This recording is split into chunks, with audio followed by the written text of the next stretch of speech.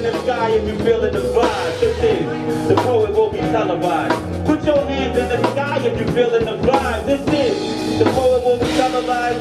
Put your hands in the sky if you're feeling the vibe. This is the poet will be televised. Put your hands by your side, you feeling the vibe. This is the poet will be televised. Break it down. Hello, hello, hello. This is Dale Novella, and you are tuned in to the Poet Podcast on Sky's Crescent Radio. Today, we have a great panel who's going to talk to us about social media, about like a whole bunch of stuff. And we have your questions that you submitted to answer. So let's get started in introducing our lovely panel. First up is Queen Elise. She is a New York-based singer and songwriter who soulfully shares her message of love and transformation. She began singing at the age of 5 and was influenced by the sounds of Anita Baker, Toni Braxton, and Mary J. Blige. She has provided background vocals for independent artists at venues like B.B. King's, The Blue Note, and The Bitter End, and has been recognized by Mama Gina's School of Womanly Arts as well as Harlem World Magazine for her ability to inspire with her music and presence. Her debut album, Breakthrough, chronicles her journey to break through life's challenges to find peace and empowerment on the other side. And most recently, she was featured in the film Used and Borrowed Time, streaming on Amazon Prime, where she performed her songs I Found You and Cloud 9. Queen Elise is currently working on a new project where she will be drawing from her R&B roots and incorporating both Afrobeat and deep house sounds. Welcome to the show, Queen Elise.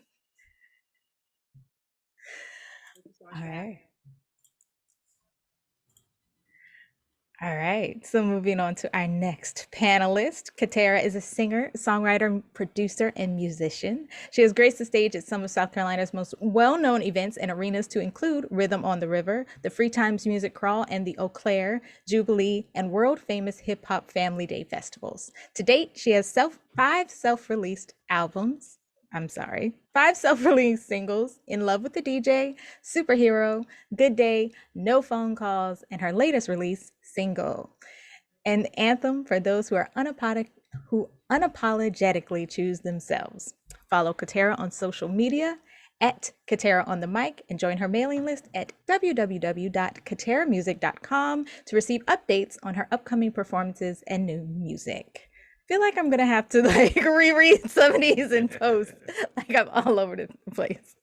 Thank you for being here, Katera. Yay! Thank you for having me. Excited to be here. All right, and going into the OGs, the people you see every month, I'll start with my least favorite person. Baxter Wordsworth is a New York City native, coffee enthusiast, and legendary MC. He is the host of End of the Week, the longest running weekly hip hop open mic in New York City, and also has held down the mast at the Poet Will Be Televised Jam Session for Poets and the Poetic. Welcome, Baxter Wordsworth. Thank you for being here. I'm glad to be here. Awesome. And last but not least, the wonderful caramel-coated Mikal Amin. Mikal Amin is a master of the craft, a 20-year veteran of New York City's independent hip-hop movement. He has toured 13 countries over 10 years as an artist, educator, and ambassador. A published essayist and scholar, he is also the co-curator and producer of Brooklyn Academy of Music's hip-hop showcase, Word, Sound, Power. How you doing, Mikal Amin? I'm hot. Very hot, but I'm fine. I'm good. Awesome. And we want to give... Oh, no, go ahead. I'd like to give a shout out to our executive producer and founder of Sky's Crescent Radio, and also the conductor of the Train Walkers, Jade Zabrick. Thank you for having us on the show. Woo! Burr, burr, burr. Yes. And actually now, last but not least, because she tries to speed through this every single time. We've been doing this podcast for well over a year, and it's the same thing every single time. Almost 3 years. Almost 3 years, and you will never get away with this. So also, we are joined by our host and owner. She is a longtime singer, songwriter, producer, entrepreneur, running several different companies, including the Poet Podcast, the monthly event that's been going on for 7 years in New York City. The Poet will be televised, as well as Muse, Miss Dale Novella. How are you today? I'm good, thank you. Okay. A little sweaty, but I'm good. You may proceed now. Awesome. Thank you for that, Mikal. So we're going to get into our first video of the day. This is Khalik Sim with the appropriately named social media. Great, man. Y'all fucking great. All right, let's get to it. All right, let's get serious. Social media. Social media, the epicenter of prudent ventures. Like an indentured servant, I am the slave to unyielded scrolling. Echo chamber of frigid trolling. A sucker for blood-sucking Zuckerbirds of social herding. Petrified of the compulsive effects, I am reluctant to digitally socialize. Seized by an ambush of notifications, where has my time been taken? Down the valley of social engineering, where privacy is nothing but a delicacy of corporate intrusion. Social media, the breeding ground of political collusion. The platform where propaganda is camouflaged with trendy illusions. The platform where freedom of speech is no more than a figure of speech. A social network of empty self-worth. A place where moments are captured, where life escapes. Let me say that again, hold on. A place where moments are captured while life escapes. Social media. A digital drug without a scheduled classification. For some like me, immediate excommunication and rehabilitation are needed for a valuable implication. An implication is assimilated. Social media, a digital weapon for evolution, a platform of indoctrination and cooperation, a network of collective consciousness, a catastrophe worth the risk, an alternative platform that inverts the hierarchical pyramid, a course of action moving with rapid traction, social media, a double-edged sword being used by both the centralized and the decentralized, social media, where the allied forces will collide with the forces of the empire. Choose not the platform of the proprietor. That's social media. All right, that was Khalik Sim with social media. So he said a lot. He also ends it with the disclaimer that social media is a powerful tool and it can be a good thing. But for each of you, how do you define social media? I think it's like Apps. in the title, it's media that's social. So, it's a way to communicate with and be social with people via media. Yeah. Right. I look at it as any app or anything you engage with that has a built-in sort of like a community structure, like where you are friends or you're following someone or where you post things that people can read. Like any of that is social media, Yeah. I see All of that that. as an opportunity to connect with people that you normally would not meet in person, right? So through social media, I can, like what we're doing now allows us to connect with each other. And, if you're a musician, you can connect with fans and collaborators who you might not otherwise get to know. Mm-hmm. Yeah, all good answers. I wanted to ask that question because I know like some people don't consider certain things like LinkedIn as social media, even though it is. And then like we kind of pay attention to, the big ones, Facebook, Twitter, Instagram, and now like, I forgot the other one that I refuse TikTok. to actually be on. Yeah. I'm on it, but I'm not on TikTok. Yeah, me too. I'm on it, but I just watch things. Yeah. But LinkedIn didn't used to be social media, but it very much is now. Yeah, that's what I was going to say. A lot of the different programs that we have now, because of the way in which social media sort of attracted people to create this community, I have an app called Goodreads, which basically is like a app that's like a virtual bookshelf. Before, you could see people's books, but now it's set up in a way that you can comment, you can like, you can do chats. None of those things were features before. At first, yeah, but I think the industry recognizes and realizes that people want to congregate online digitally, and they're going there, and that's what's, essentially, in a weird way. Do you like it better? No, to be honest with you, no. I don't use those functions for it, and I have LinkedIn as well. And the funny thing about it is, like, all of those things basically now it's like spam. So the purpose for me for Goodreads was, one, I wanted to see what books other people might have, get some recommendations for those things, right? And not necessarily, and you don't have to engage in that. Same thing like with LinkedIn, right. But to your point, Baxter, we kind of did the mind meld thing. Social media has taken the place of terrestrial radio. So in the sense of how do we get businesses to generate revenue and bring eyeballs and purses and wallets to their products, they need a space where people actually all congregate towards. So now, in order for things to be free, i.e. your apps, that's the way they have to do it. They have to create it so that a community kind of stays there, coalesces there, so they're picking up on basically what Facebook has done and Instagram has done. And pretty much all of the apps are slowly doing that, to kind of, because the other thing too is, right, is like at this point Facebook is saturated. Like it is, it's pretty kind of like packed full.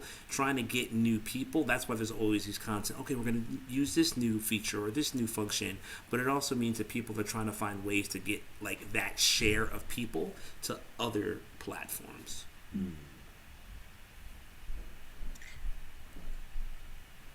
I wanted to hark off something you had said and like attach this to something you said, but now I can't even remember what that was. But you made a good point. Thank you for your thoughts, Mikal.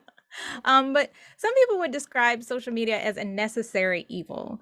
What makes it necessary? And for you, what makes it evil? I wouldn't describe. No, I'm sorry. I was going to say, I think as an artist or, just a creative person, it feels necessary to have a way that people who want to follow you and support you can kind of keep in contact with you and see what you have going on. So in those instances, it feels necessary also to be able to like promote your shows and stuff like that, which I know we have like email lists and stuff like that as well. But social media is always a great place to do that. So things like that kind of make it feel necessary. But then, I know of a few people who aren't on social media at all, and I take breaks from social media myself. So I do, get it, the whole like unnecessary evil part about it. Yeah. I wouldn't say it's evil. It's just like, it's kind of the trajectory of technology. Like, at a time people thought radio was a necessary evil. Then television was the necessary evil. It's like technology creates new avenues for us to be connected. And if you want to connect in the most effective ways, they become necessary. But the evil part is subjective.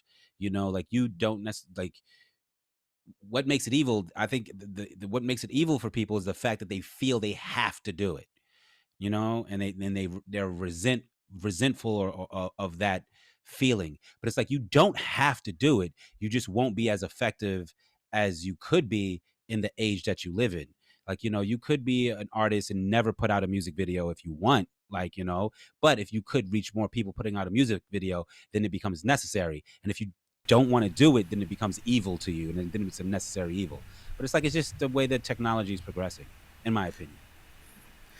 I kind of share what Katera was saying as far as the necessity, and I think all of us here who are artists and entrepreneurs and in whatever fields we're in, again, it comes back to, where are people finding their information? Where are people finding their music? Where are people looking for things to do, go to? And I don't want to date myself, I'm a little old, but, I come from the time when you'd walk around the streets with a flyer and you'd hit people up. I thought you were going to bring up Black Planet or something. You talking about... No, chill. No. Yeah, my card get taken. I never had a Black Planet account. So many black things I missed out on. But me neither, man. You knew? Okay, so we in the same boat.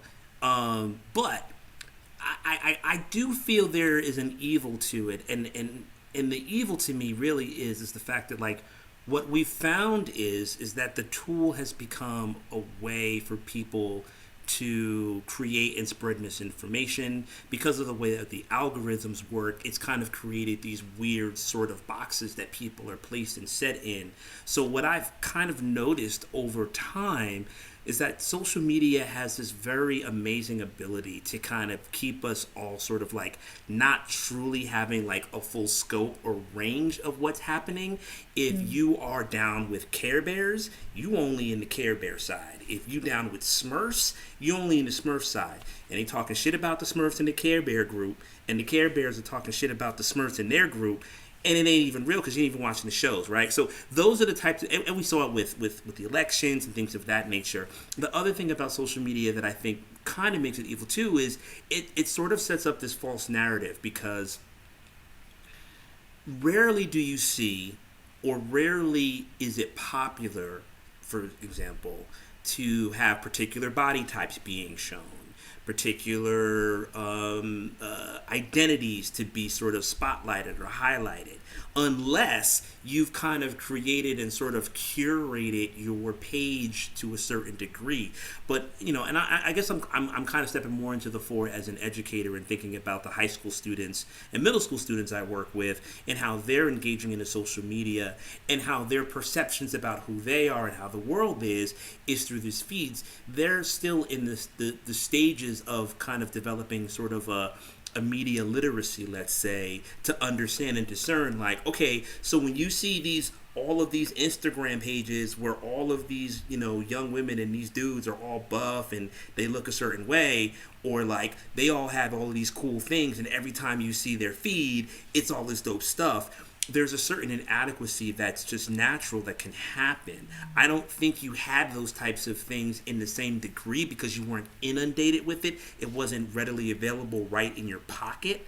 And you didn't necessarily, because you're right, Baxter, it's a choice, right? You don't have to turn it on. You don't have to have an account.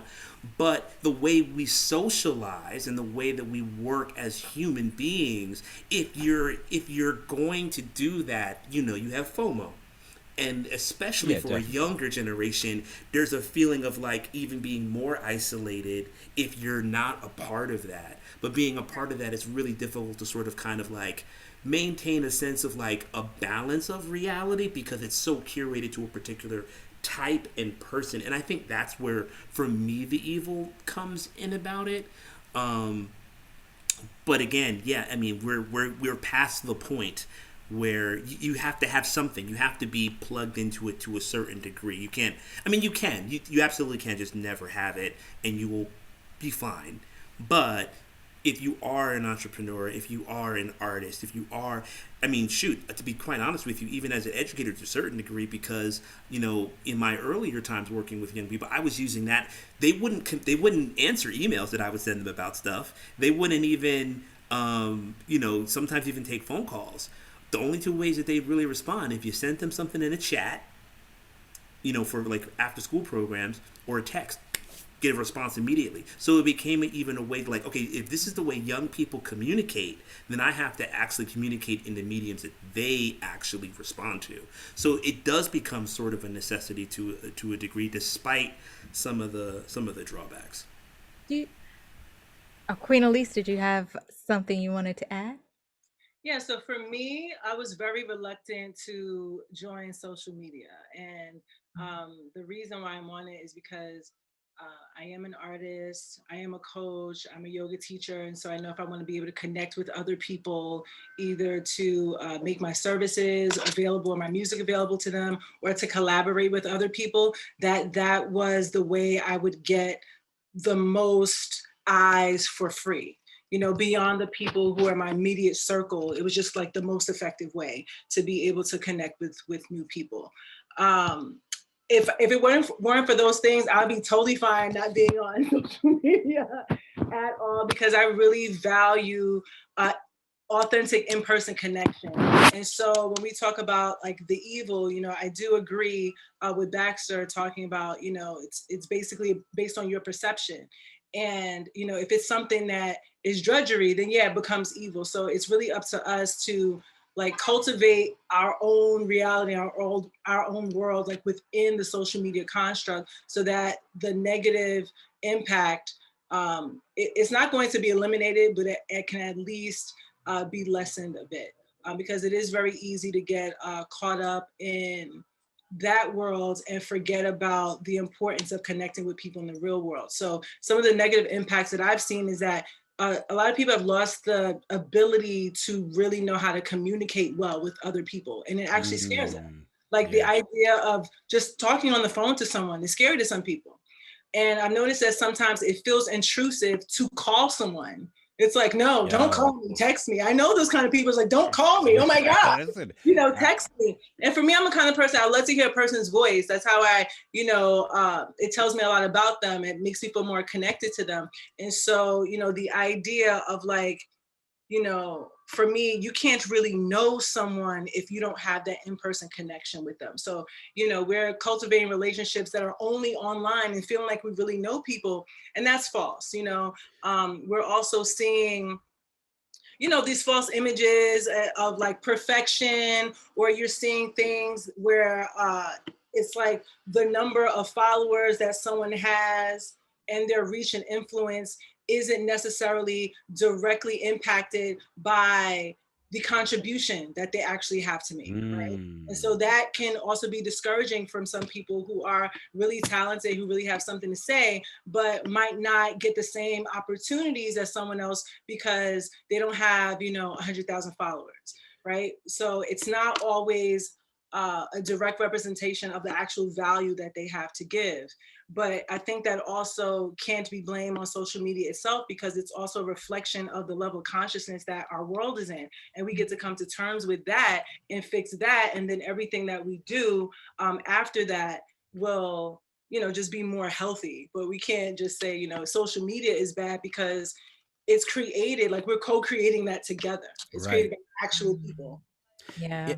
It's interesting because like a lot of what you said kind of made me think about certain things. Because also and I'm speaking, I'm assuming, right? But like we're all the generation that existed sort of before social media, and then was given this thing that we didn't know, right? So it's like we're fumbling with it, we're figuring it out, we're doing too much with it, we're losing ourselves in it. But as time goes on, as there's going to be young adults and kids who are born with social media from when they're younger, and they'll have a more steady or focused relationship with it because it'll be something they've always known, right? Like, who knows what the first programs on television was when television first came out, or what the first movies were when like the moving picture first came out, like, I'm pretty sure it wasn't the height of cinema. You know what I'm saying? Well, when talkies first started, I know some people thought that was evil.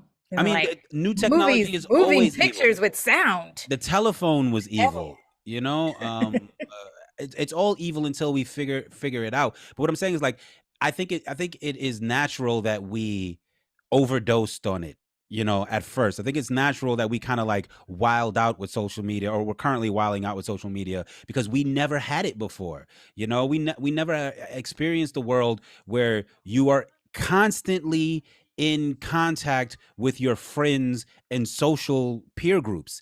Like, when I was young, I'm only going to speak for myself, was this, you had separate peer groups. I went to school and had my friends at school. I came home and had my friends on the block. And then I had like my family like situation, and like my cousins were my friends. And this was all separate, right? But now that you have things like Facebook and Instagram, like, there's people who are interacting on your posts who don't know each other. There's you are constantly in like, kids go to school and talk to their friends, come home and continue talking to their friends on social medias, so it's like you never get a break from that.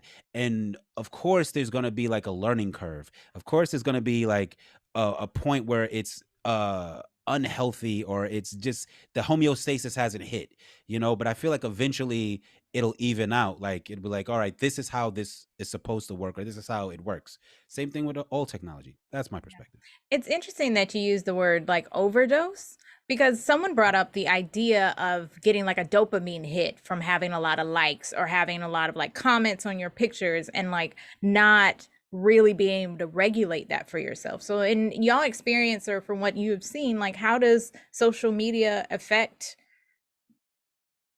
your, well, we've already kind of talked about mental health and kind of dived into that, but like, how does it affect, or are we even noticing that we are becoming addicted to it and we're getting that hit from it? And how is that affecting like the world around us? And can we cleanse ourselves from it? I know Katera brought up like a social media cleanse. Do we really have to like legit detox from social media?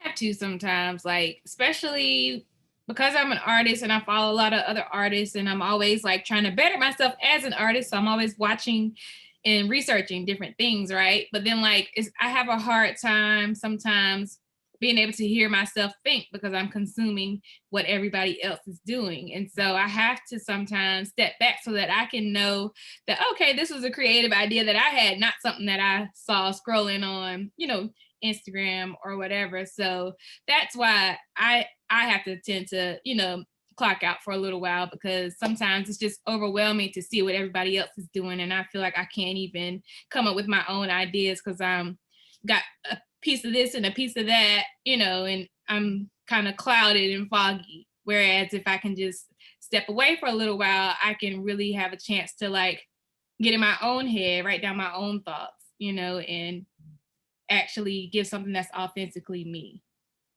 That's a good point. Thank you for that, Katera. Yeah, I think I'm similar to Katera, and it's interesting because, shameless plug, I actually started, I wrote a project, a hip hop album around a lot of these ideas when I took a social media cleanse. Because what I found myself is that, I'm similar to Queen Elise in the sense that like I really value and prioritize like personal connection. In person is absolutely the best. If I can physically hear your voice or see you, that's good too. But there's often a lot of miscommunication through any type of just like straight text because of how people read and comprehend things. It's very difficult to tell emotion. You don't hear tone. You don't see gestures, those types of things, right? So, but what I found myself was, there was a period. Not going to give too much information, but there was some challenging health things that were going on, with our family, Dale and I, and I found myself being drawn into these like weird, just sort of like interactions online, and I wasn't really focusing as much as I should have here, and that led to me realizing like I was too engaged in trying to have these like conversations with these random people that were on my page, that were responding to things that I was putting on my page, or I'd see somebody's status and I'd want to respond to that. And I found myself not having enough emotional stores to actually deal with the actual reality that was happening in my home. And it was changing how I was just even relating in person. So like I needed to take that step away for those reasons, but that made me reflect on like what, kind of to what you were saying earlier, Baxter, like, what is the equilibrium that we need to sort of make it, somewhat healthy, and remembering that it's a tool, it's not like a necessity. And it's very easy because it's so integrated within life for it to be that. But yeah, I think it's, I know for me, I could definitely tell there was a certain level of my humanity that was different because of the way in which you are, again, like you're saying, Baxter, it's a new way for people to interact. It's a new way for us to kind of like relate. And I don't think all of the things that come with it are natural for us. It's interesting. Humans, we have the ability to adapt. It's probably our greatest gift and our greatest curse because we can adapt. A lot of times when we have pain, trauma, suffering, struggling, we don't even realize how deep it's going and how dangerous and how unhealthy it is, because we're just so used to being like, all right, well, I'm just going to suck it up and keep it moving, or I'm going to put it away. And that almost becomes like a virtue.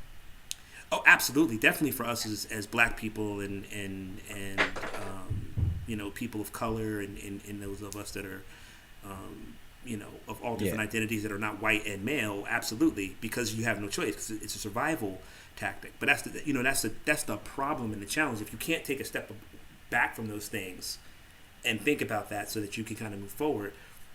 And I think that's what's tough, because we do live in a world where, for all intents and purposes, it's harder actually to not have social media. It's harder to stay in touch and stay in contact, even beyond just saying like, oh, I'm trying to, push this album, or I'm trying to sell my services. Like, there's people that you just can't physically get to anymore, or because of, being an adult, Not to mention what the pandemic did.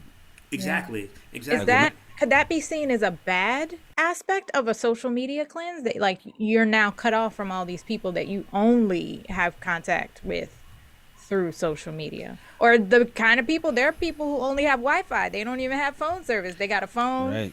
They hook up to the free Wi-Fi that in the park or wherever they're building. They like bootlegging Wi-Fi, and they only got their Instagram. Yeah, I can't speak for other people, but I'll say this. I think that my cleanse was temporary, but I definitely, when I came back to it, what I had to do was set up certain parameters for myself, and also try to find ways, like people that I really, really, really want to connect with. How can I make sure that I'm connecting with them in the ways that I wish? And then the people that are further away from me that I still need a connection with, I can use social media for that, because then it's a lot easier for me to walk away from. But I've always said, like, hey, if I got your phone number and you have mine, it's better for me to, even if it's a text, like a interpersonal text, as opposed to like a status or a thread of talking. It's better for me to do that. If we're in the same geographical location, what effort can I make to at least try to meet? Obviously we're adults, people have families, we have super big careers, we have jobs and stuff like that. But also because of the pandemic, we realized like, okay, well, maybe just making that little extra effort to say, like, okay, you know what, we weren't seeing each other every 6 months. Let's try to do this like every other month. Let's just make sure we get up together, like every couple of months, instead of like a whole year goes by and we live in the same city and we don't even actually physically sit down to have a drink or go to the park or whatever. Because it's so easy just to get up on Facebook or get up on a chat and like, oh yeah, I just kicked it with the homie yesterday. It's like, well, no, you didn't really kick it. We talk, but it's different. But I think it's I think it's dangerous, or not dangerous. I think it's presumptive to assume that like there's one way that things should be, and the way that was best for us is best for everybody, right? Because like again, I feel like we're coming from a world that we've known. We're coming from a world where like we've had the experience of interpersonal communication. We've had the experience of like hanging out with people in person being like the primary and most nurturing form of interaction. But like, I think like I've and maybe I'm wrong, like I think I've seen people who their online communication or their online relationships are very real and very fulfilling for them. You know what I'm saying? And I don't think it's like, while it's hard for, I guess, me to imagine, I don't think it's hard to imagine that there are people who like are very, very fulfilled by their social media connections, are very fulfilled by their social media communities, et cetera, et cetera, et cetera. I will say for me, I know social media isn't the healthiest thing. I'm prone to distractions. I get distracted very easily, and I lose so much time on social media. But I don't put that on the medium. I put that on myself. Like, like I need to figure out discipline that like is superior to my need for distraction, right?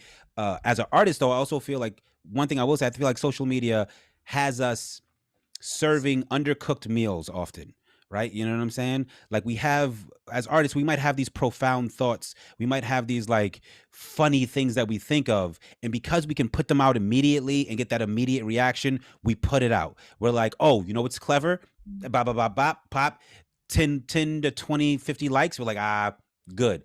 Where previously maybe that's the dopamine hit, or like that ego boost, right? And we need to put out something else. We need to put out something right. we More. But previously, right? Like if you had something clever, you had to sit with it. You couldn't put it out immediately.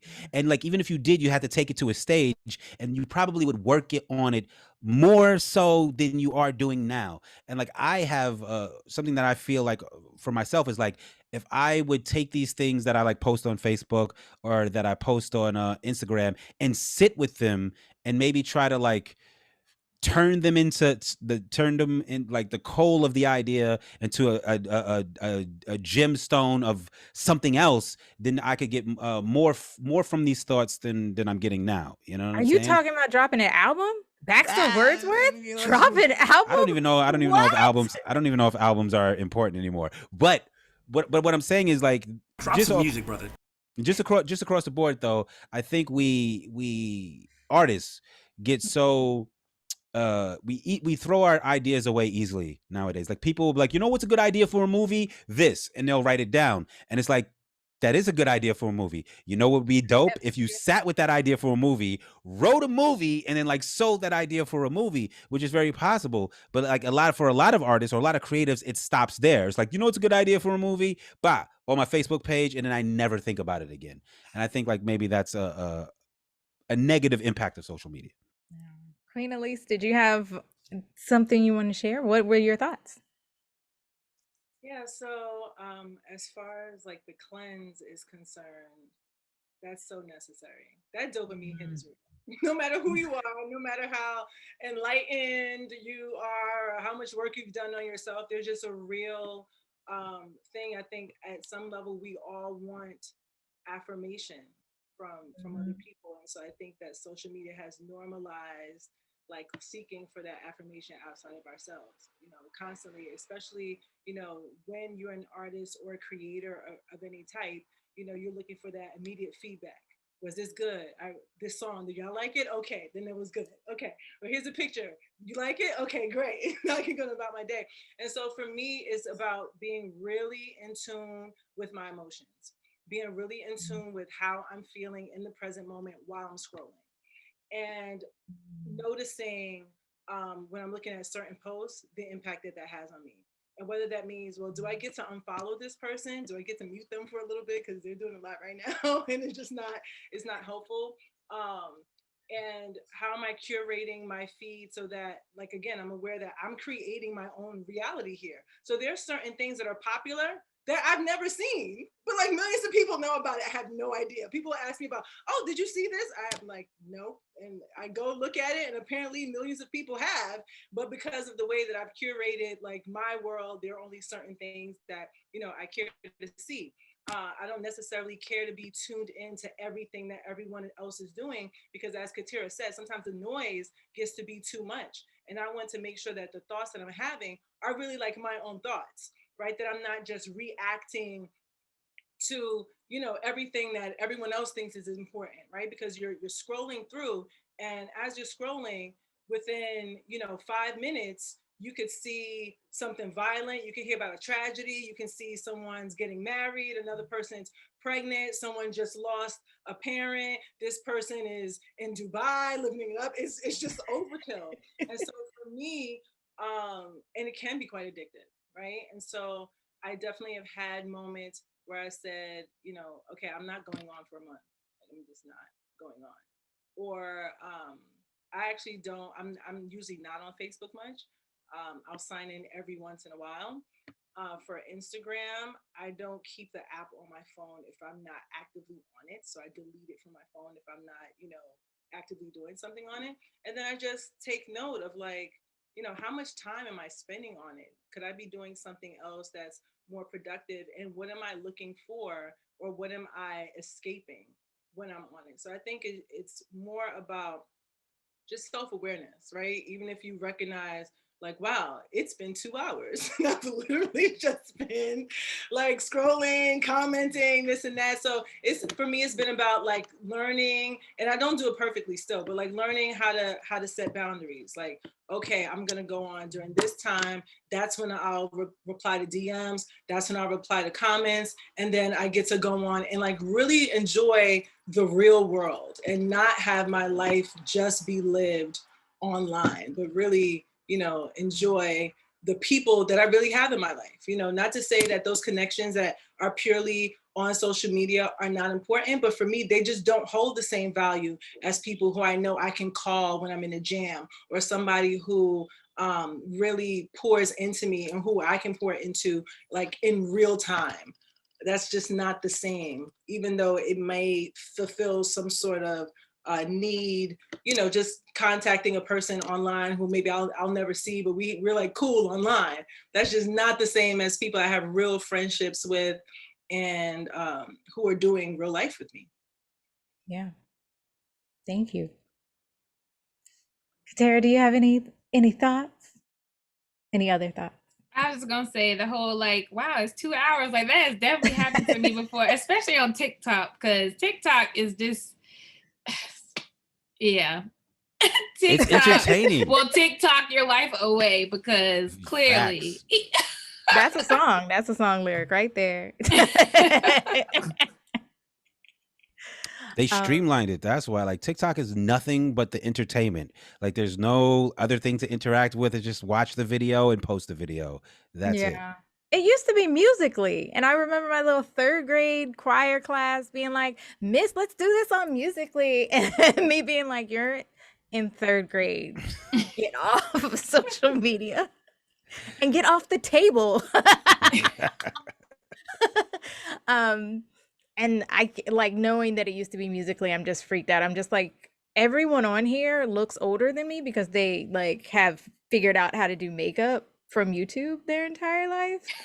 And they're also like 16, and that bothers me. Like, I feel weird. Yeah. Cleanses. Our next video is really gonna talks a little bit about why we might need to cleanse some of that toxic stuff we may see in videos. So this is Kearah Armonie with Thomas Edison.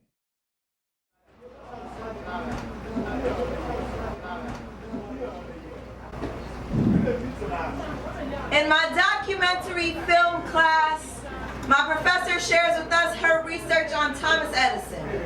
You know, Edison, who invented the light bulb, Edison, who invented the kinetoscope, Thomas Edison, who would film everyday life occurrences like dancing, like sports, like lynchings. You see, a hanging is just rope, neck, dead, but a lynching is an event. People put on their best, gather their families, grab a snack. This is the earliest form of documentary in the good old US of A. Be sure to set up the camera, calculate the proper depth of field-framed fruit, never mind the blood on the leaves or the lens. Just get an extreme close-up of the last breath of every black body. My internship produced a film about the old Brooklyn they now gentrify. As if to say, wow, will you look at that? How a withering black body will always be a spectacle. A body lying dead in the street will always be tonight's feature. And isn't that what documentary film is? When last year, there was a film called White People, about white people and their blindness to racism, instead of a story of those hurt by it. This is how you show but do not tell.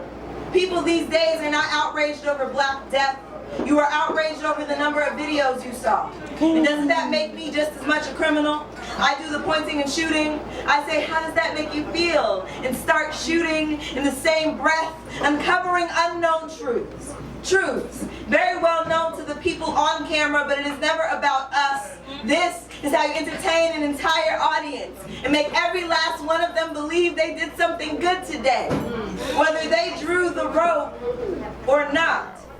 It feels like yesterday, recorded live at the Poet Will Be Televised at Silvana, and she brings up, you know, the stuff we still do now. We see something traumatic happening and we film it, right? Which I can argue that back in the day, a middle-class white man seeing a black man hanging from a tree probably wasn't that traumatic for him, maybe. It depends. But it brings to mind curating our space, as we've been talking about, having those bubbles, those social media bubbles, and curating our timeline. And we've talked a little bit about how that can be helpful and maybe how it can be harmful as well. How about curating literally our own spaces, where whether we're curating our Instagram page or our Facebook? How can that be helpful, and how can it be harmful? What is, and I'm going away from the question a slight bit, but what you asked and kind of what the poem was talking about has me thinking about this. It's like we're constantly in communication with this other thing, right? Like we're constantly talking to this amalgamation of our friends and family is on our phone, right? So we're almost talking to them more than we're talking to the world right in front of us. You know what I'm saying? So it's like this idea of like something is happening right in front of you. Like a woman is getting robbed, her purse is stolen right in front of you. And your immediate sort of impulse is to show it to the people on the other end of your phone. You know what I'm saying? Or to document. And I'm not trying to say it in like, I'm not trying to cast judgment on people, but really more think about like the psychology behind that. It's like, because you are like there, like that conversation is so important to you. Like what you're showing them is so important to you that takes precedent. You know what I'm saying?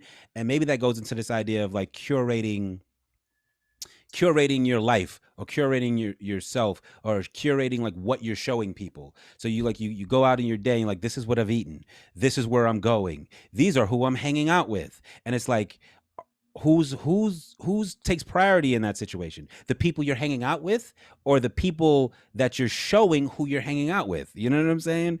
And it's a very fascinating phenomenon, because it begs the question, is like, because I don't think anybody considers themselves a bad person, right? So like something horrible is happening in front of you. The person who grabs their phone thinks to themselves that this is the appropriate thing to do in this situation, you know? And what's the psychology that brings them to that conclusion? It's that they need to let people know, you know? People need to know what's happening right now. Not like I need to stop what's happening right now, or I'm a part of what's happening right now, but I need to like tell people what's happening right now. And I think that's fascinating. Yeah, to speak to that, I actually had a situation that occurred a while ago where I was near Union Square. I'd been riding my bike, and there was another cyclist riding his bike down the street without a helmet. He got hit by a car, like right in front of me. And the ambulance was called. So the man's lying in the street, he's bleeding. And I saw so many people on the sidewalk stop and start filming him. I was livid. I was livid. I actually went up to him and was just like, there is no way that you can believe that it's okay that there's someone on the street bleeding, possibly dying. Do you think that he wants to be filmed? Like, right. No. And people just didn't understand. For me, I feel like it's about the intention, right? So sometimes, depending on the situation, the intention can be that, like, you know, when we're talking about, you know, certain acts of violence, and maybe you're not in the position to do something, you might think, okay, I need proof that this occurred, right? I think a lot of times it's more sensationalism, like, oh, this is really interesting. If I post this is gonna get tons of likes and tons of views, and that somehow is gonna give me that dopamine hit. You know, I think it's always better to intervene and do something if possible than to just be the person who has it on their phone. And so, you know, when I see something like, you know, someone has been harmed and is like laying on the ground injured, it really makes me feel like social media has made us lose some of our humanity, that we think that getting the moment is more important than just making sure that other human being is okay. Yeah. Katera, did you want to add on to that?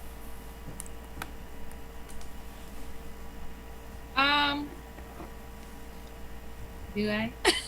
I mean, okay I definitely agree with what she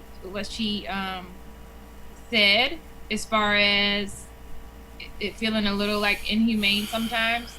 I don't know. I don't feel that way. Like, that's not my first instinct to do, you know, when I'm out. And I don't know if it's just like a generational thing. Like me and my friend joke all the time about like the old school millennial and then the new school millennial, and of course like we're like the old school millennial, you know. So I don't know if it's a generation thing, you know, or I don't know, but I mean it's crazy that happens, you know.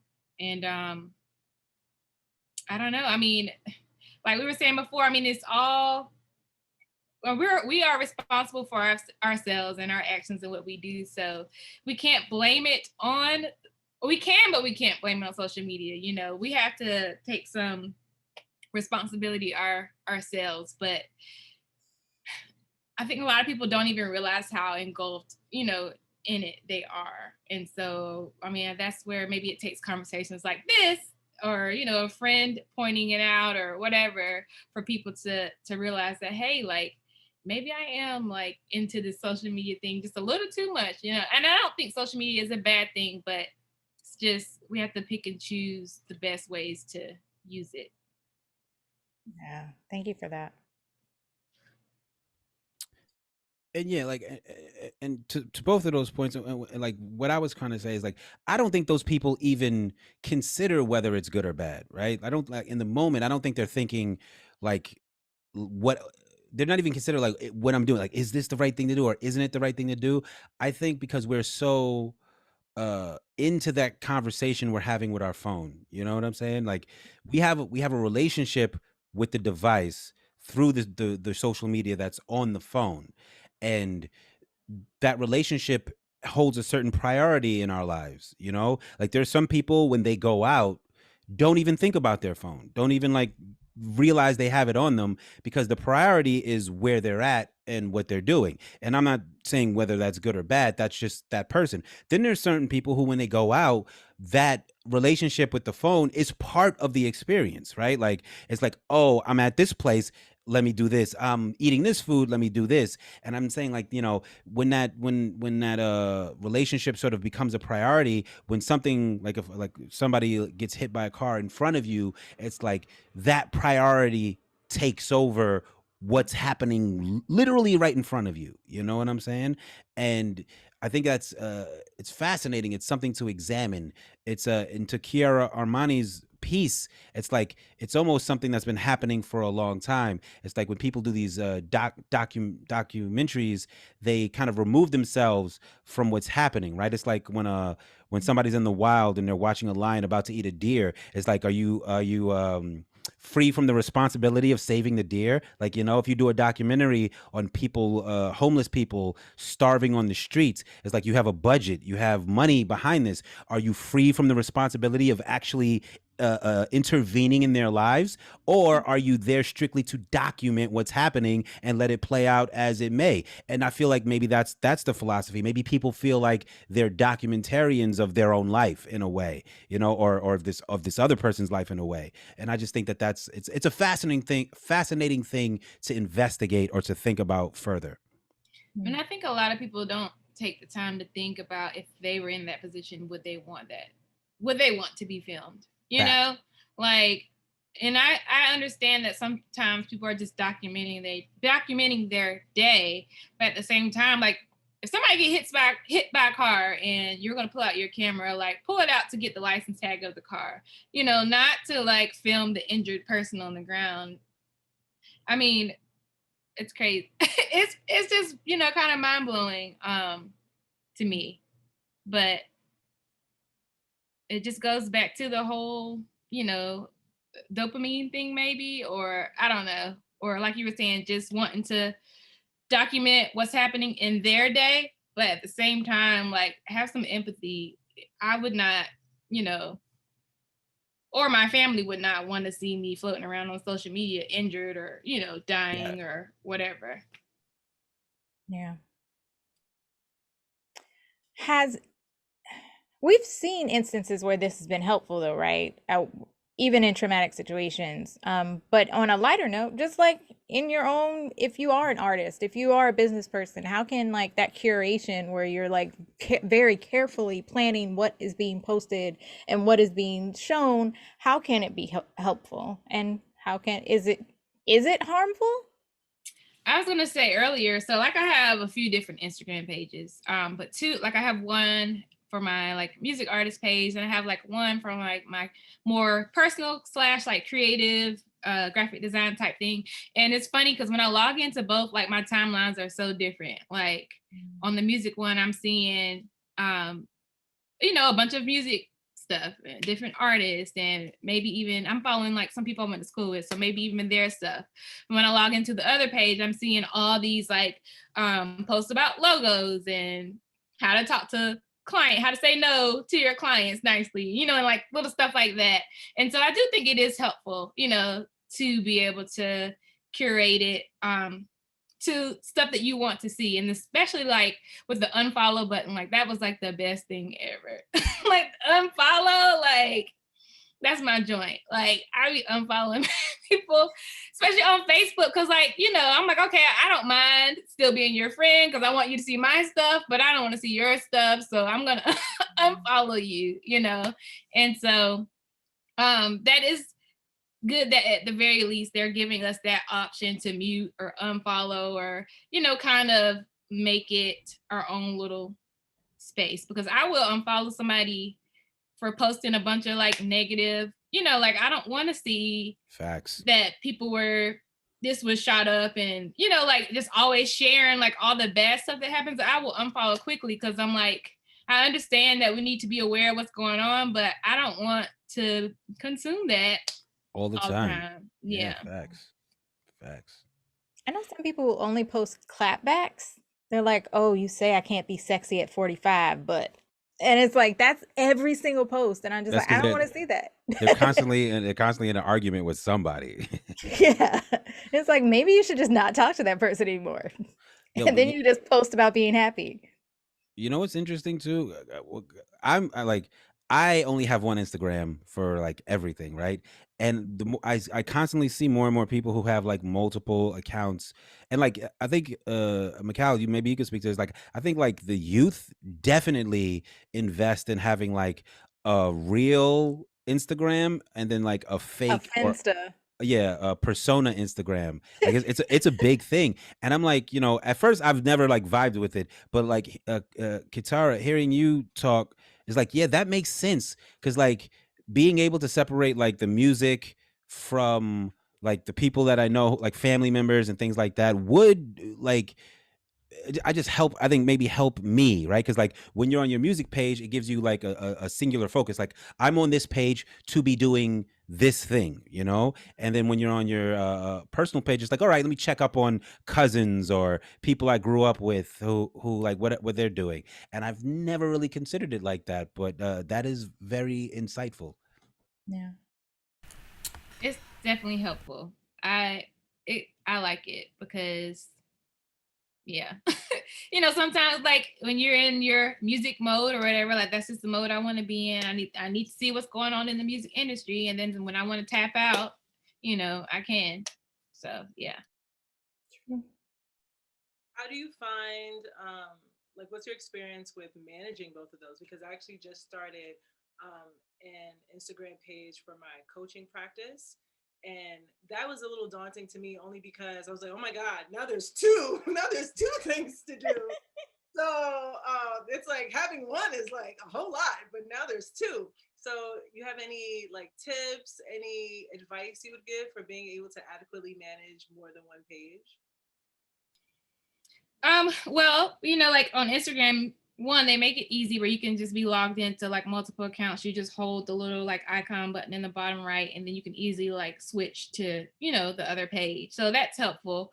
But then, I mean, just, if I know I'm going to post a picture on my music page today and talk about, my album or whatever, then I may just dedicate most of my day to that page. It's like, I don't really think about it too much. If I'm doing something more personal or design, then I'm gonna log into my other page. It's just all I'm doing is just holding a button. It's just really like 2-second difference, and then you're still doing the same thing, posting and typing a caption or whatever. So it's just remembering to switch, honestly. But then, so I do also manage another page because I have like a I was about to say, you don't have just two.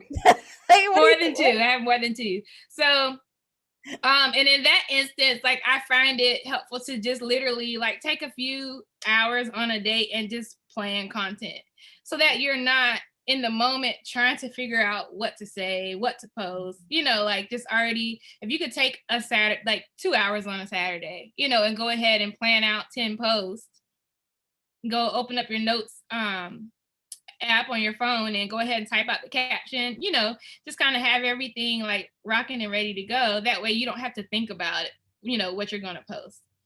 And then the other thing is also just to, like we were talking about earlier, make it more documentary style versus always trying to create content. So versus just like, so maybe you don't have the time to set aside 2 hours, you know, on a Saturday, but maybe you just kind of, if you're working on graphic design that day, you take out your phone, you know, do a little video, you know, graphic design, post it in my stories, just more like documenting the day. And that's still creating content, but not like creating content that you have to like sit down and think about, if that makes sense. I like that you said that I just don't think about it too much, because that's what I do. I'd be like, I don't know what to post. I don't want to talk to these people. Only time I'm, you know, like if I'm rolling out something, like if I'm rolling out a project, then yeah, like I have sat down and thought about, you know, everything so that I don't have to be wasting brain power trying to figure out what to post. But other than that, you know, it's really just, I try not to think about it too much. You know what sucks is they Facebook, they don't make it easy, right? Like if 3 people follow you and you post something, 3 people should see it because they followed you, right? If 500 people follow you and you post something, 500 people should see it because they followed you. But that's not the way it goes. Like if you don't interact with people, they don't see your stuff. And that's the other thing, good thing about having different pages, like on Instagram at least, because you have a curated audience. Like, right. You know, if you don't care about my music, then you don't have to follow my music page, you know? But if you're following my music page, then 9 times out of 10, you do care about my music. So you're more likely to, you know, hit the like button or comment or whatever, versus if I just start posting graphic design projects on my music page, you're like, wait, what is she doing? What is she talking about? And now you're losing interest. So that's another benefit that I find to like having that's a major key. Different pages. Yeah. That brings me to another question. So how do you set up, like our lives are on social media for the last year or however long it's been, year and 2 months or whatever, we've been basically living our whole life on Zoom, but also like you might be on a Zoom call and then someone privately calls you on Instagram to talk about what's going on in the Zoom call. And then, you know, like all these things have happened, right? Or we're texting each other and then another person like Facebook messages you because somebody said something random in the Zoom call or the Microsoft meeting or whatever, right? How do you set up boundaries? And I think Elise brought up setting up boundaries earlier, but how do you set up boundaries between like what's professional, what's private, like, when it seems like it's just all out there? I think we're still figuring that out in all our spaces. Sorry. I had that boundary is very thick between like the different worlds because another thing that I do is right now I'm also an educator, right? So I'm a math educator, and most of the people I work with have no idea that I'm even an artist, actually. I feel kind of proud of myself that I've been able to actually like keep that demarcation for this long. Wow. They will probably find out soon, but like most of them don't even know that I'm an artist, right? So when I'm at work, it's work me. And I've just always been a person who, when, you know, I have a regular job, that I keep that pretty, you know, separate from like my private life or anything. Like I'm just there to work, right? And so for me, I always maintain, you know, I'm in complete control about what I share.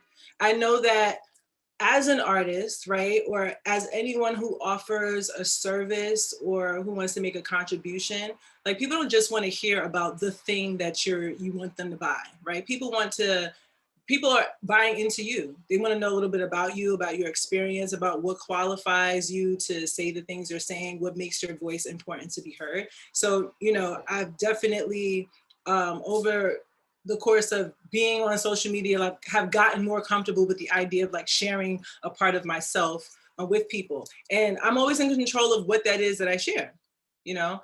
So it's never really, you know, like an issue for me. As far as Facebook, the only reason why I'm really on Facebook is because I have to be in order to have a business account on Instagram.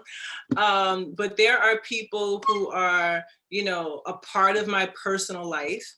And then there are people who are part of like different sectors in my professional life. And so that's separate. And if I decide to like put those two together, if I decide to bring the music into the yoga world, or I decide to bring the coaching and music together, like that's all up to me. And that's something that I already feel comfortable with, and I understand what I'm doing when I do it.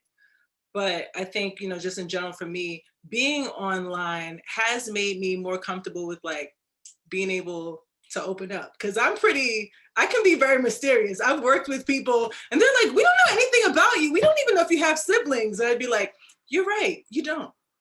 Like that person, right? But it's made me just, you know, I've gotten more comfortable with myself. And I think being an artist and being a writer has even helped me with that, because if you listen to my music, you're gonna learn like a bit about me. You're gonna learn about like personal things that I've been through, and I have to be comfortable with speaking about those things in order to be able to deliver my message in a powerful way.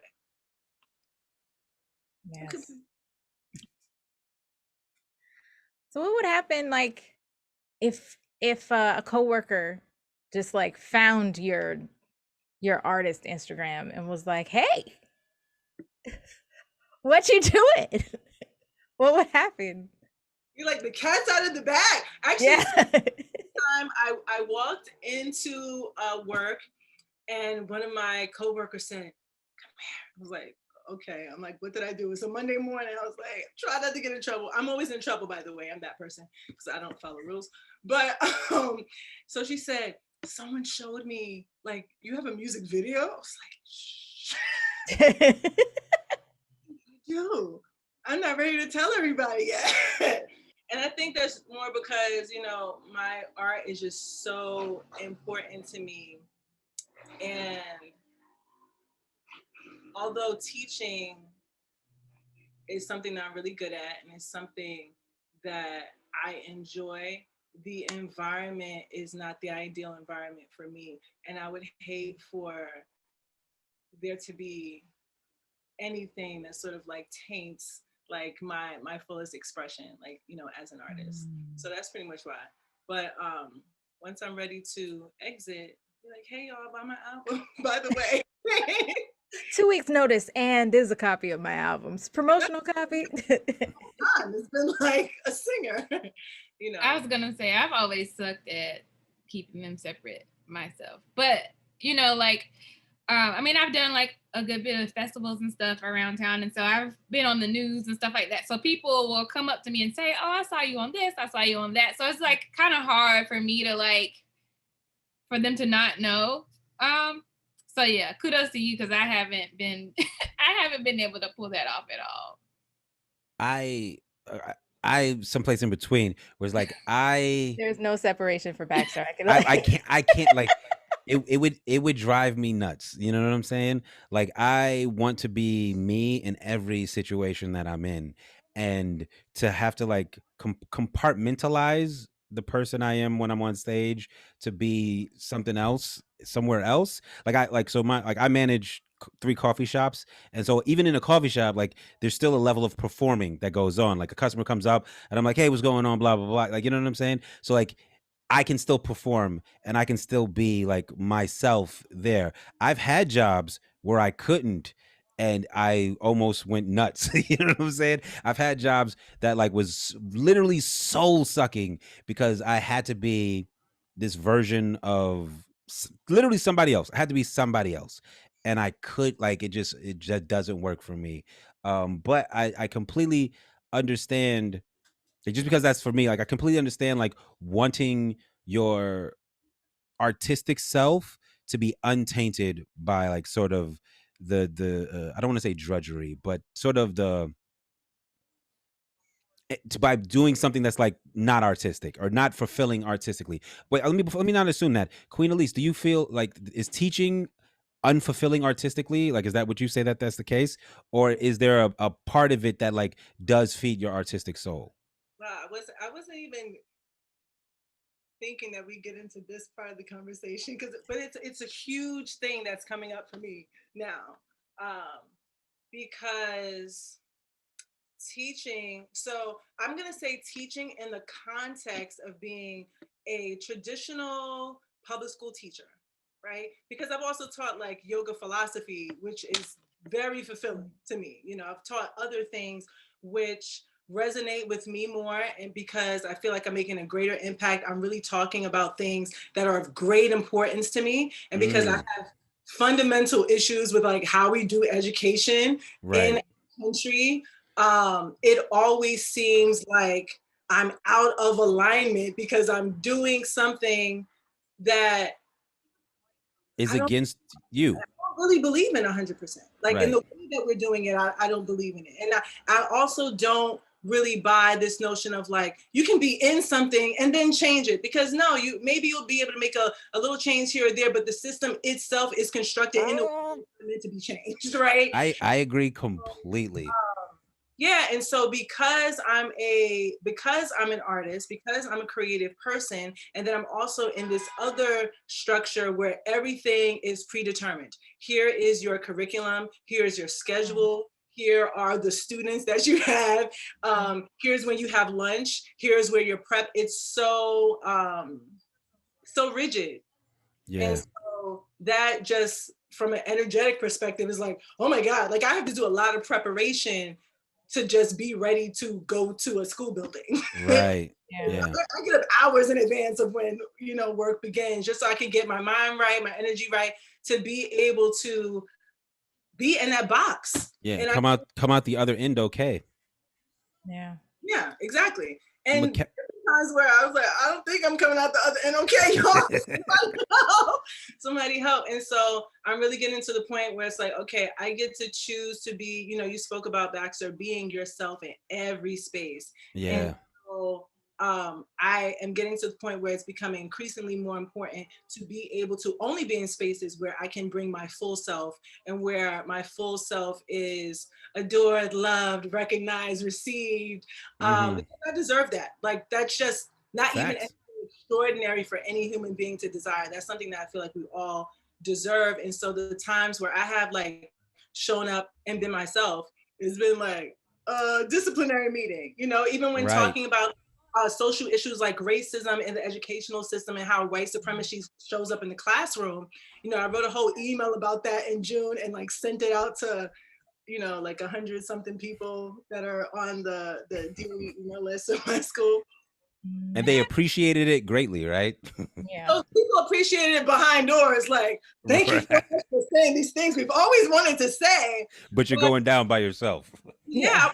Exactly. I was called to the carpet. But the thing is, I also am the type of person that I knew that was going to happen, and I'm ready for those consequences, because the thing that I wanted to express was so much more important than any consequence that somebody could give me. You know?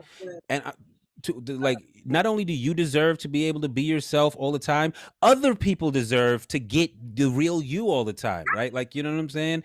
Like math teacher version of me. And there's so much more to me than that, you know, and I know that the world deserves that as well. So yeah. And I'm interested in Mikal's perspective too, because like you exist in a place where like the creative and the, I guess, the bureaucratic is like hand in hand, if I'm not mistaken, correct?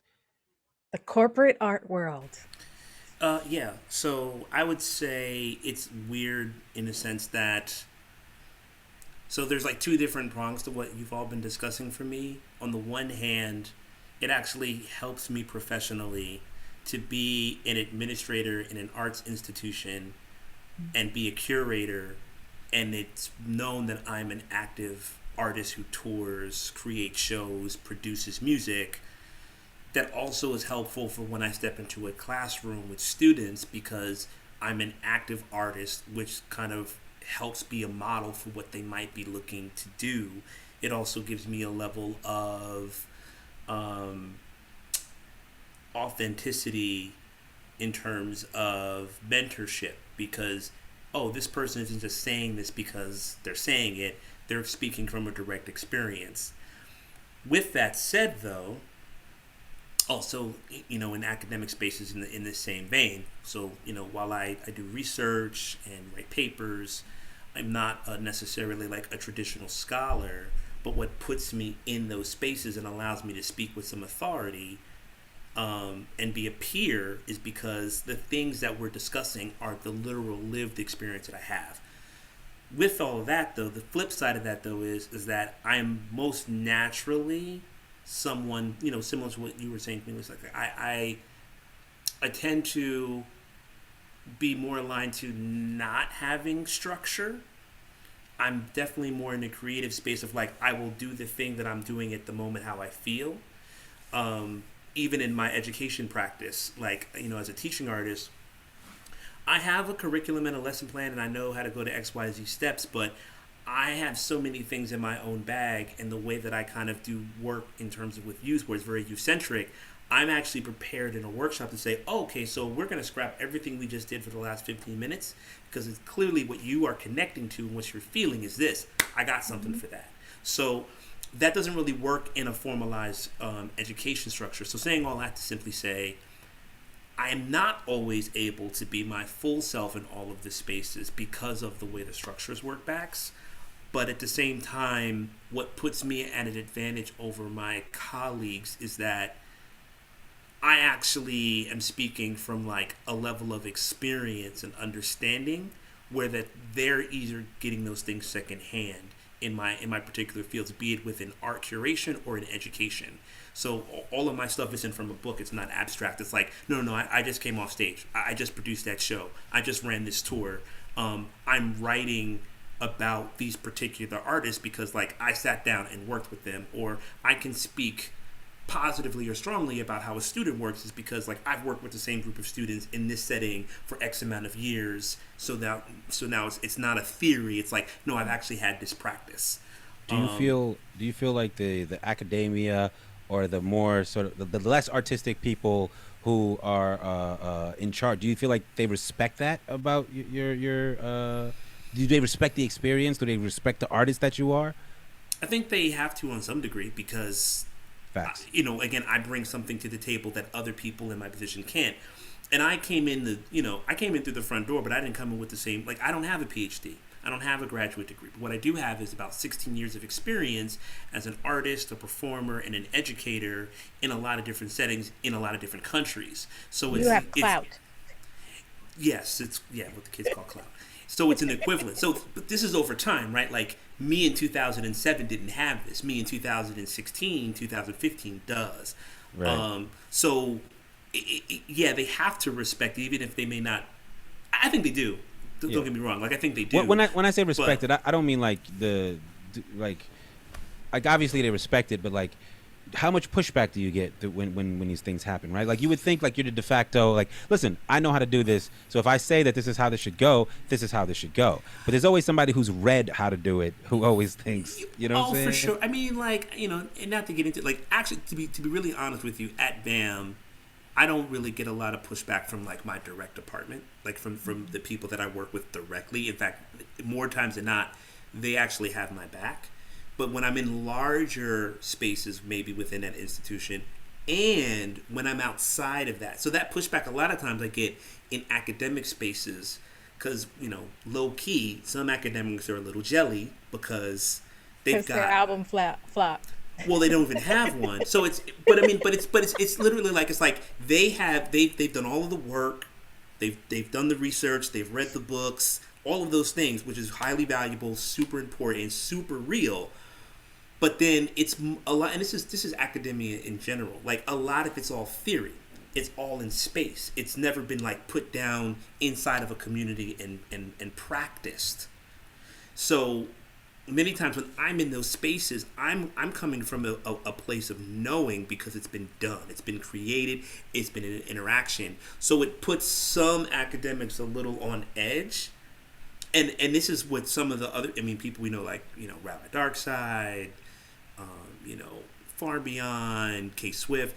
We're all kind of in a similar vein where it's just like we put some of these spaces under pressure because we have the language, we have the understanding, we don't have the degree necessarily maybe to go with it. Far Beyond does. He actually has his master's. But the rest of us are sort of like, we may not have those literal letters, but the level of years of experience in a classroom and on a stage and actually creating product means that what you've sat down and interviewed someone with and gone and visited, well, we were that person.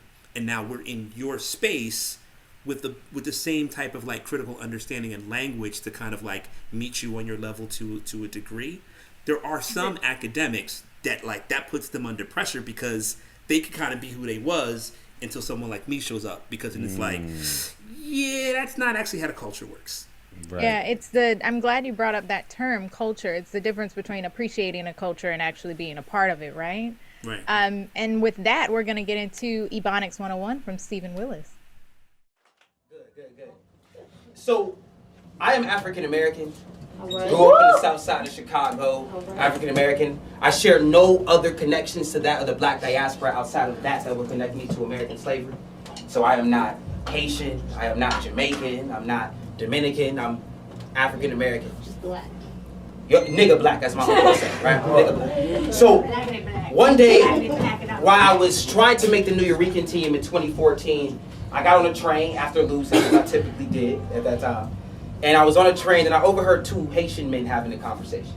And the conversation that they were having, they said, you know what the issue is with those black folk, man, is, you don't want to know why they so uncouth, why they just undisciplined, why they do everything wrong, why they've been here so long and allow immigrants to surpass them. It's because they don't have a culture.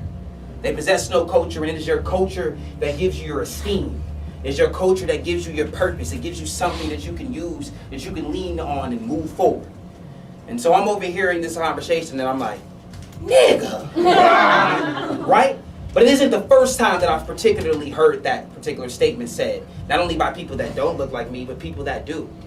And that's when I realized that for my entire life, I would spend the rest of my life identifying of what African American culture is. Because apparently, no one believes that it exists. So here's my question to some of you all in the room. What are some aspects of culture? Spit out culture to me. Music. Art. Food is a really good one. Music is one, right? Art. Traditions. Right, traditions is another good one. Someone else. Vernacular. Language is a good one. Or vernacular, right? Movement. Hair. And I really think, I think language and vernacular is a good place to start, right? And of course, in the hood, we speak Ebonics. Right. So perhaps just to start this night by informing you that I am bilingual. That the Queen's English that I speak so eloquently before you now is not my first language, no. My grandmother never used such diction when she spoke me up in the welfare line amongst the other dwellers. Or when she called down to me from the project window for dinner, no, we spoke a more southern fried English. This rhetorical recipe has been in my family for generations, Grandma said. Big Mama hid it under her tongue, but she had it for northern cities doing a great migration. See, scholars call it African American vernacular English, but my guys, they call it slang. The man calls it Ebonics. I call it America's Creole.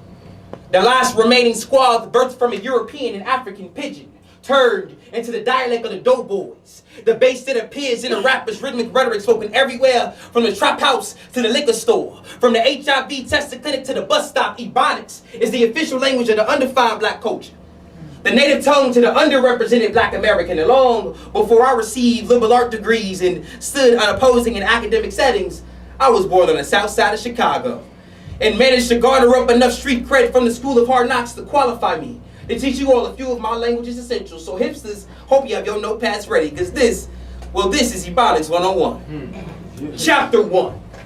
Any English word that holds an I-N combination where the I becomes an A. Like Billie Holiday couldn't sing, that girl could sing. If Martin did all that walking, I wonder if him feet stank. Traveled all them miles just to hear freedom ring, I wonder what he was thinking. Chapter 2. Any English word that holds an O-R combination with an R sound become silent. Like Emmett screaming, don't beat me no more. Like Rodney screaming, don't beat me no more. Like Trayvon asking, what is you following me for? Chapter 3. Any English word that throws an ER combination where the ER becomes an A. Like in the great quote from the linguistic scholar, Miss Lauren Hill. And even after all my logic and my theory, I add a motherfucker so you ignorant niggas hear me. See, there's culture in these words. The bended back of my speech comes from years of carrying the black experience. The verbal diaspora of Africa shapes our spine. We cross our T's like the middle passage, dot our I's with strange fruits, curve our S's with mid-Atlantic roots. You cannot expect us to be slaves to your phonetics forever. And just like our history, we would defy the structure of your Jim Crow grammar. Refuse to speak within the lines of your Mason-Dixon diction. You cannot correct this. Context this.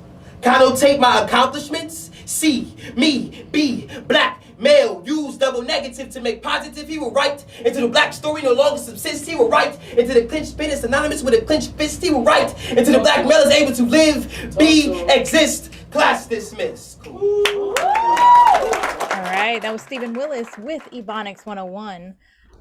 Stephen is, I think, part of the what they're calling a xennial generation. I'm not sure, actually. Gen Z? Geriatric millennial. I think he's a geriatric millennial. No, geriatric millennial. Not geriatric. I'm a geriatric millennial. Oh, yeah, you're right. I'm having it reversed. Yeah. Yeah. But like a xennial would be like born in the mid 90s, right? So it's like you're like the first year of Gen Z or the last year of millennial. Man. That whole thing. So with that in mind, like we've talked a little bit about how like social media has been morphing and changing and like growing along with us, but how is it different for Gen Z? And even with the same programs, how the way we're using it, how have you noticed it's different for them? Is anybody Gen Z? I don't think so. I know we have a lot of I have a lot of interaction with students in that age. You could talk about them freely. You could talk as horrible about them. They've always had it, and I think that's the biggest thing is like they don't remember the world before it, so it's like it's so natural to them, and of course that's going to be different. Yeah, I was in a store today. And I heard a song and I was like, why do I know this song? And I realized it was a TikTok song. And I have never heard but like the part of it that plays on TikTok. And it makes me wonder, like, do Gen Z people have a favorite song? Like, you know what I'm saying? Like so much of their music comes from TikTok and these small clippets of it. Like, can you say that's your favorite song if you only like the one part of it? I don't know. But I guess we should ask as Gen Zer, but. That's true. I'll say this just to piggyback off what Baxter was saying. It's definitely this is their norm, so they don't perceive, in my experience with the students that I have, they don't perceive of a world without this. They're clearly aware of it. And that's kind of like the advantage they have because they have the digital media. They have access to history at their fingertips that they use. A lot of people think that young people have no idea what happened 10 years before, 30 years before, 40 years before, that they're not interested. But in my experience, a lot of them actually are. So they know of a vinyl record. They know what a cassette is. They've heard certain artists, things like that. They're not completely like, what is this? But I'm saying all that to say what's interesting is even though it is their norm, what I have witnessed from the students that I have worked with, they're also aware of some of the negative things that we've been discussing about in terms of the cleansing and the detoxing. So even though it is something that is very, like you said, Baxter, natural to them and they're comfortable with it, they're also still recognizing that there's a certain level of humanity that they are either like contending with losing or feeling like it's not fully that, because they still actually have to kind of like deal with people on a basis outside of it. So even though it's something that they probably cope better with, they're still also like, yeah, but this feels fake. And like mostly when I talk to my high school students, they talk about, wanting to like actually like social media detox and like how this is phony and how this is something else. So they're aware of it, but I think that it is their world, so they're more comfortable kind of like navigating it. Yeah, I think that like I feel like each generation, like for lack of a better term, loses something. You know, like our grandparents, you know, you may hear them talk about how they had to walk to school in the snow and, you know, like whatever. And then like the next generation, like they got to drive to school, you know, and then I don't know, it's just like different things from each generation. And we're just now in the generation where they just, you know, like we were saying, grew up with technology. And so I do think, you know, that maybe I do see how maybe it could make them communicate differently, you know, than us, as far as like we were talking about earlier about how like I enjoy a phone conversation. I don't like taking all day going back and forth via text, you know, to have a conversation about something that we could have just talked about in 2 minutes and been done, you know, with it. So I mean, I do feel like you know, maybe that there could be a difference there, but I mean, I don't feel like all hope is lost for Gen Z, because, you know, they didn't have life outside of social media. I mean, each generation like has something that the previous didn't, and, you know, as humans, like we said earlier, we'll adapt and the world will keep going. So that's my thought. So one thing that comes up for me is because some of the things that they're losing are basic human needs, right? So whereas it's more than just like gaining a convenience, so like human interaction and even physical touch is a biological need to maintain one's well-being as just a human, right? So I'm interested to see what the impact of losing that is.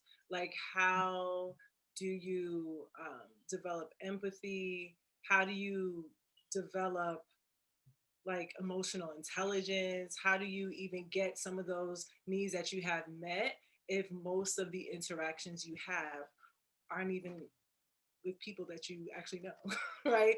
And then like, how do you perceive the depth of relationships? Like, how can you accurately perceive that and accurately perceive the world, right? Even if we look at filters, I'm a little scared that people are going to forget like what actual people look like. Because you put on some of these filters and it's like, whoa, that's not my face.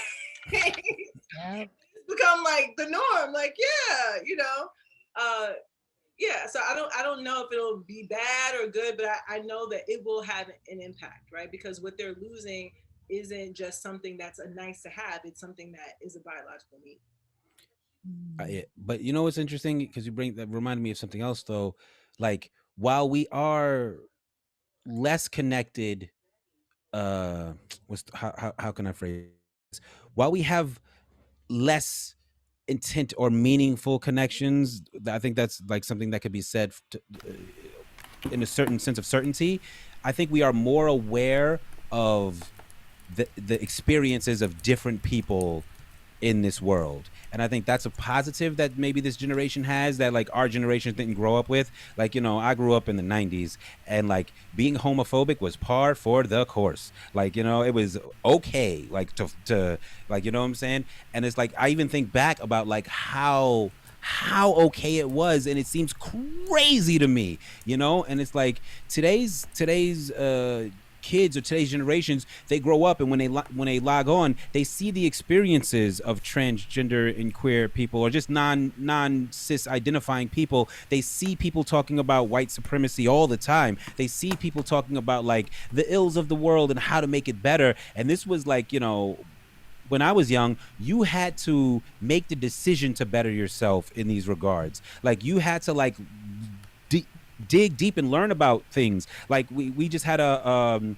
anniversary, and it's weird calling it an anniversary, but the memorial, how about that, of the Tulsa race, and it's like, that's something that like I would have to, when you talk to people about, would have to prove that it happened. You know what I'm saying? You would tell people and they'd be like, really? And like, yo, you can Google it. It's there. It happened. Like, you know, now it's something that's like so widely known. They put it in movies and things. And it's like, that's because of the technology that exists. It's because of the information. It's because people are always talking about these things. There's always somebody talking about the struggle of marginalized people somewhere on the internet. There's always somebody talking about like what we need to do to make the world a better place. There's always somebody talking about sustainability. There's always somebody talking about this, that, or the third, you know? And I feel like on one level, we are losing the depth of the interaction that comes when like you're directly in front of me, you know.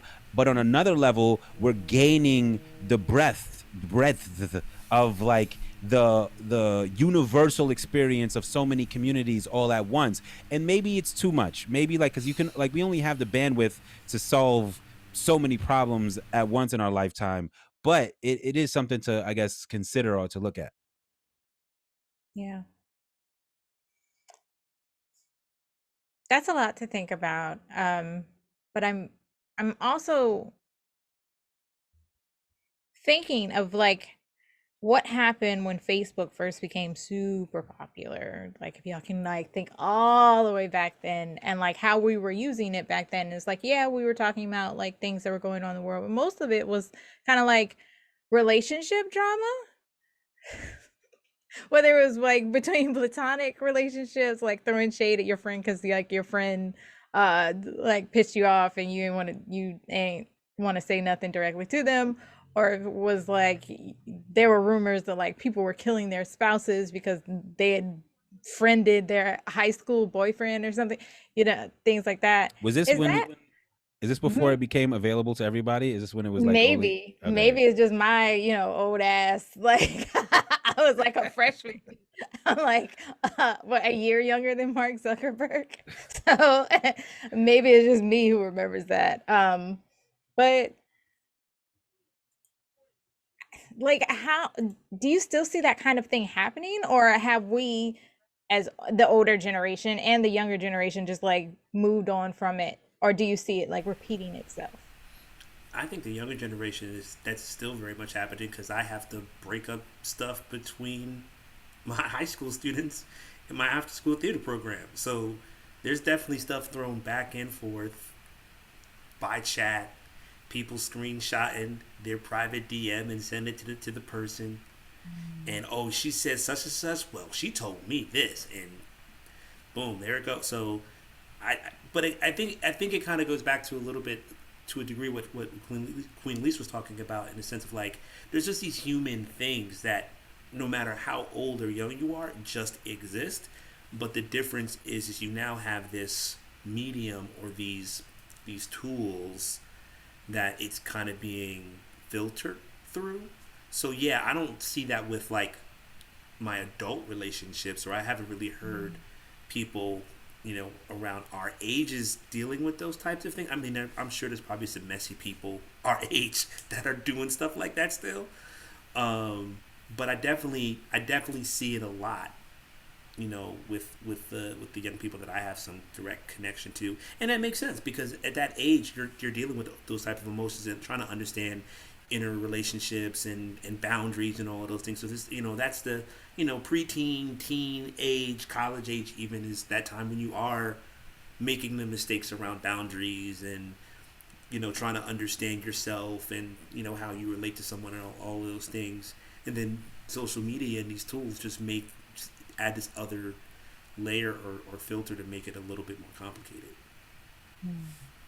Yeah, I don't know too much about if it's, well, I'm sure that there's like the relationship drama and stuff, but I would definitely say for the younger generation, like it's definitely like another avenue for like bullying and stuff. You know, like we just had to worry about being bullied in class or on the bus, you know, like they have to worry about it in class, on the bus, and like all over the internet, you know. So, which I feel like, I mean, we probably, if you were on like social media when it first came out, you may have experienced some of that. I know I did.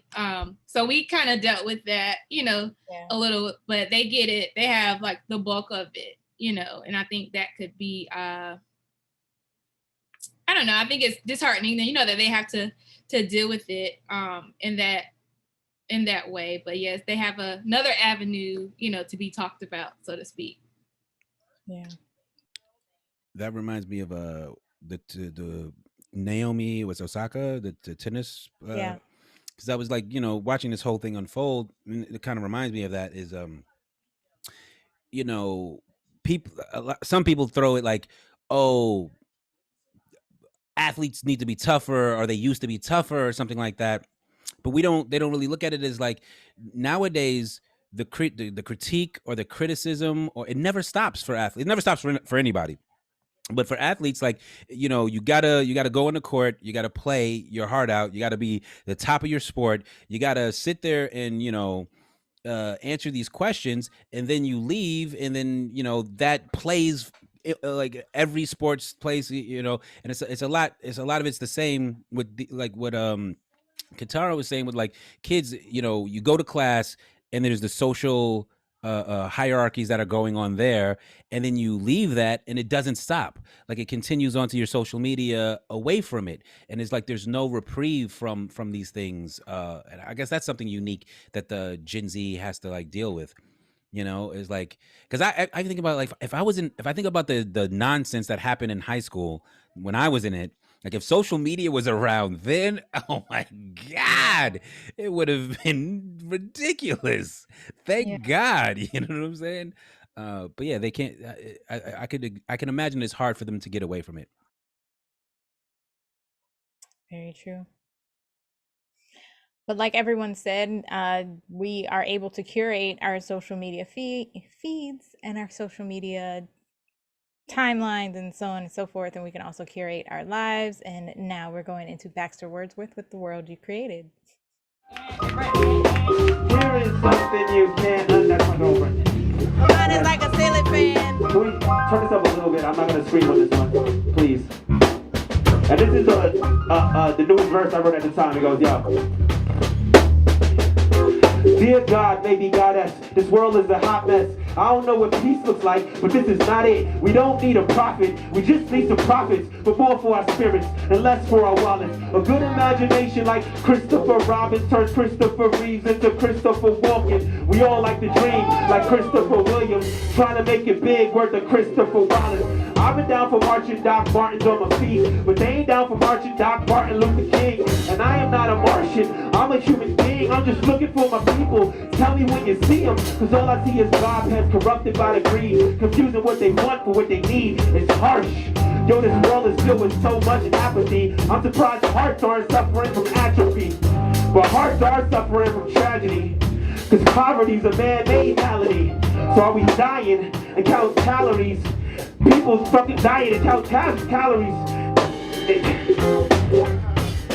It gets treated like an allergy, especially when you come from these city streets. Always draw pity, but never give them sympathy. So Orphan Annie, often the sun doesn't come out for many. What man has a bunch of hoes, the other not any? When sitting on a milli, the other not a penny. I think this shit is silly, but they don't understand me. They say to feed the needy, they don't see them as a family. And I am not a Marxist, a socialist, or a communist. I'm a human being with a heart and some common sense. And I don't need an enemy for me to fight against. I just need love so I never have to fight again. I say to get real because of ideals. They'd rather I dull, they'd rather I deal. I can't fuck with them. Every day they hustling. If every day they hustling, who you think they hustling? So we give our trust to them, our love to them, our bucks to them. They take it all. It'll never be enough for them. But honestly, it's not that hard to see it for what it is. There's no difference between us and them. Get it? 99% plus 1% is 100%. See what I'm saying? We all pieces in the puzzle, it's the picture we painted. The world that we live in is the world we created. You a piece up in the puzzle, the picture you painted. The world that you live in is the world you created. I'm a piece up in the puzzle, the picture I painted. The world that I live in is the world I created. The world that you live in is the world you created. The world that we live in is the world we created. We created, we created, we created, we created. If you try hard enough, you recreate it, recreate it, recreate it, recreate it, recreate it. You try hard enough, you recreate it, recreate it, recreate it. And with that was our last video, y'all. I could probably ask a few more questions, but I don't want to keep y'all all day. I'm so thankful for everyone being here. Thank and you. I hope y'all had a good time. And I'd just like to know, what is everyone's last thoughts? What do you want to round out this conversation with, for the audience, for yourself? I just want to say, with anything, I think you have to like take what's good in it for you, make it work. And, yes, there are bad things, so to speak, with everything, but, it's our responsibility as far as like how we use social media, it's up to us, you know. So if you need to take a cleanse, like do that. If you don't, you know, then don't. But at the end of the day, like do whatever you need to do. So that's really my last thought. Yes. So I would just like to say, you know, social media is an extremely powerful tool, right? And it's really up to us to use it in a way that's either life affirming or life diminishing. And whatever those definitions are really depends on you. I think it's important to, in the midst of, you know, connecting with people online, to also recognize the importance of what's happening in real life with the people that you actually know and actually love, and to really feed those relationships and connections, as well as creating new ones online. Yes. My final thoughts are: follow me on all social medias. Is that in your words? You can find me on Facebook, especially Instagram. Facebook, so you can argue with him about whatever's happening in the hip hop world. Are you going to make another Instagram page? Just out of curiosity. I just might. Like I'm very heavily thinking about it. But He's gonna do what you're talking about, Katera. Though he'll just be another thing, so he can argue on a whole other thing. No, but see, the other Baxter Wordsworth. The part of it that's like hesitant is like, because then I gotta like the one page is already combined, so it's like, do I gotta unfollow everybody and tell them to follow? It's like, I don't want to go through that, but maybe we'll see. You don't have to. Just let it be organic. Like share it to your story and let them follow it organically. Right. And let the chips fall where they may. Exactly. But I have also that I never talked to anyone about, and like I think Baxter, you're following it, and you see I have like 20 followers, and I post on there like maybe once every 2 weeks. But you know what? Also, it's like, what do I gotta say on the other page that I'm not already saying on this page? Anyway, but yeah, do what's good for you. That's my last words. Yeah, just thank Katera and Queen Elise for being on, and this has been great. I guess my final thoughts are, just find the balance with social media. Just find your balance. Yes. Jade, do you have any final thoughts? I don't know. I don't like social media. I feel like I have to have it. It's one of those things. But yeah, I feel like I've taken a break, really. Like I've been able to like not be on it for days. And it feels good. I'm in the real world, but have to come back soon to, I don't know. We'll see.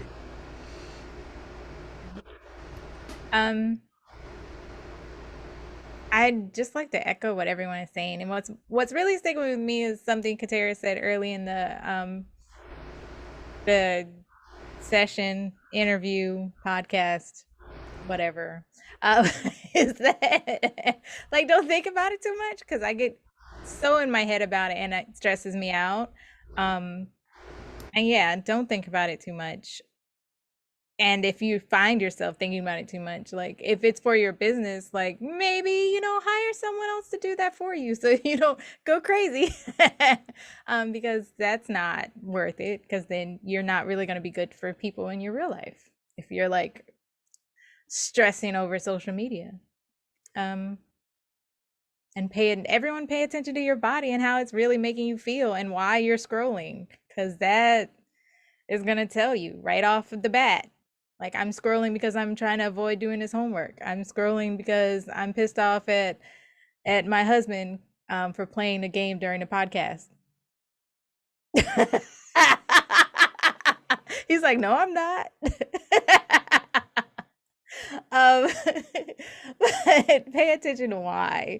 The why is important. The why in everything we do is important.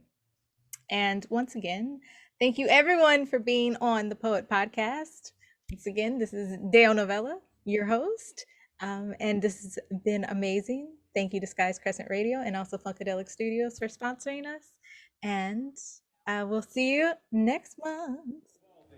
Put your hands in the sky if you're feeling the vibe. This is the poet will be televised. Put your hands in the sky if you're feeling the vibe. This is the poet will be televised. Put your hands in the sky if you're feeling the vibe. This is the poet will be televised. Put your hands by your side, you feeling the vibe. This is the poet will be televised.